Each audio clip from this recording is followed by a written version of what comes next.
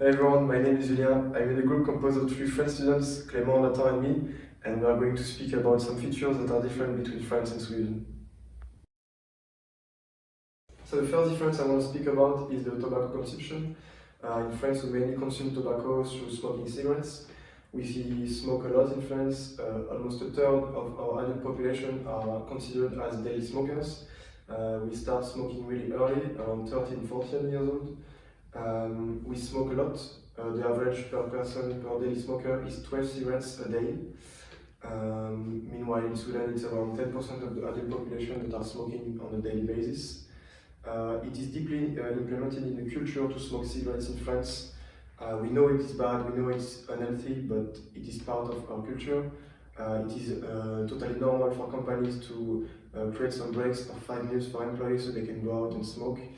During the parties, for example, people will always use the window so people can smoke inside or just by the window. But the biggest example about the difference between France and Sweden are the terraces of the cafes.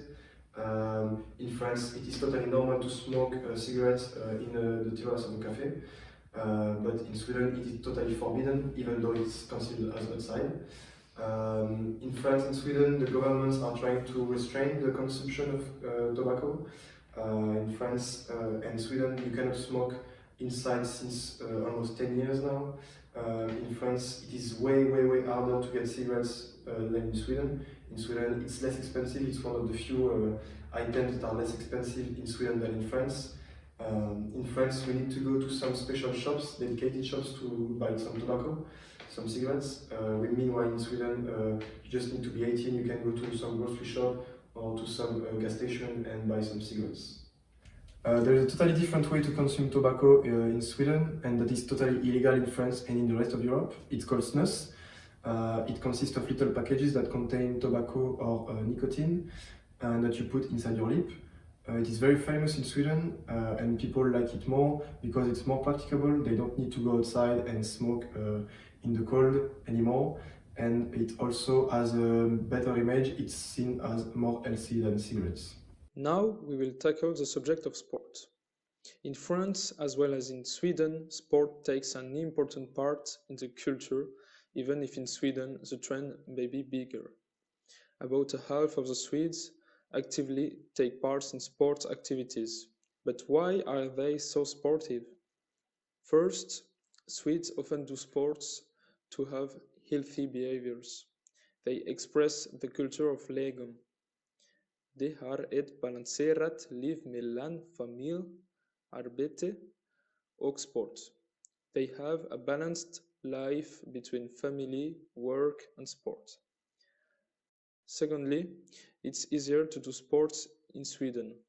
In a medium-sized town such as Trollhättan, there is a huge amount of playground, whereas in France, sport is also encouraged, but with less infrastructures.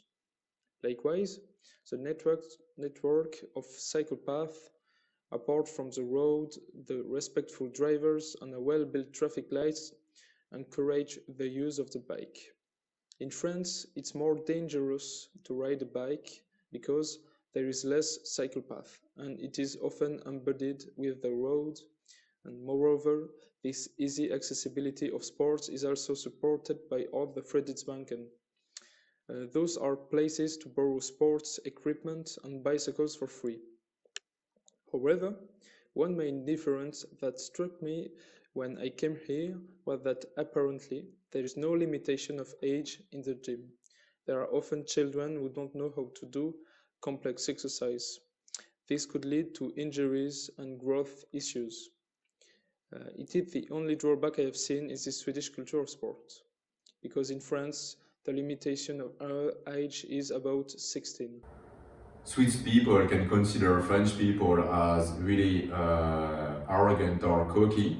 This fact can find an explication because the Swiss people will like every time go for the conflict avoidance, which can seem for French as a lack of confidence, because we really highly promote the self-confidence and the entrepreneurship way in French, where in Swiss you will every time try to go for the conflict avoidance. For example, if you ask a Swiss people to go out with you or just to do something, he will every time answer it's up to you and ask many times if that can embarrass you to do this, or if you prefer to do something other, he will never put his will before yours.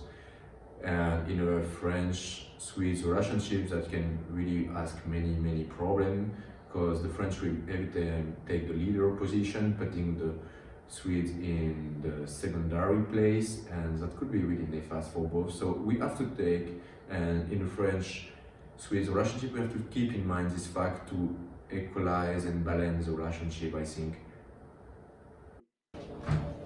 Jan, wat wie doe ik wel? Jak bent inte, Sven, bestem du. Men avec inte, Björn. Inte jag heller, Sven.